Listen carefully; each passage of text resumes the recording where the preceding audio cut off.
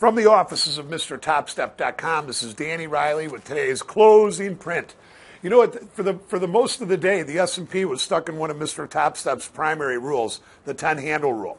The S&P made an early low at 1834 and made an early high at 1844, and basically chopped in a narrow range for most of the day.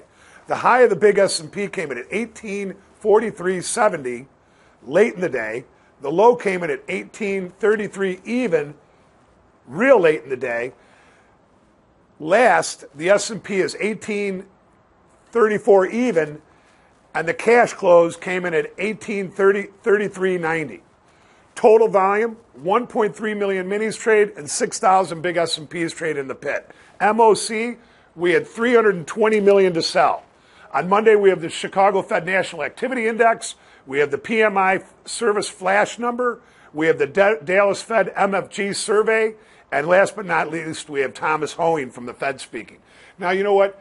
We did think that the S&P was going to take out the contract's highs today. After a $1.3 billion buying balance on Thursday, the S&P sold off late in the day, and they look kind of weak, but they traded up all night long.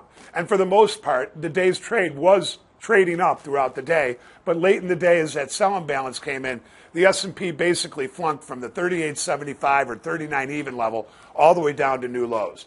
Now, you know what? As we talked to the Pitbull during the day, the Pitbull was pretty adamant about if the S&P closed weak today, that the S&P will probably be down. And also, our guy Chicago stock here, he's also pointed out that once the S&P broke down to a certain level, and I'll have him explain that it was a very bearish close. That said, it was a long week. It was a rough week in the beginning. It ended up okay, and we'll leave it like that. See you on Monday morning.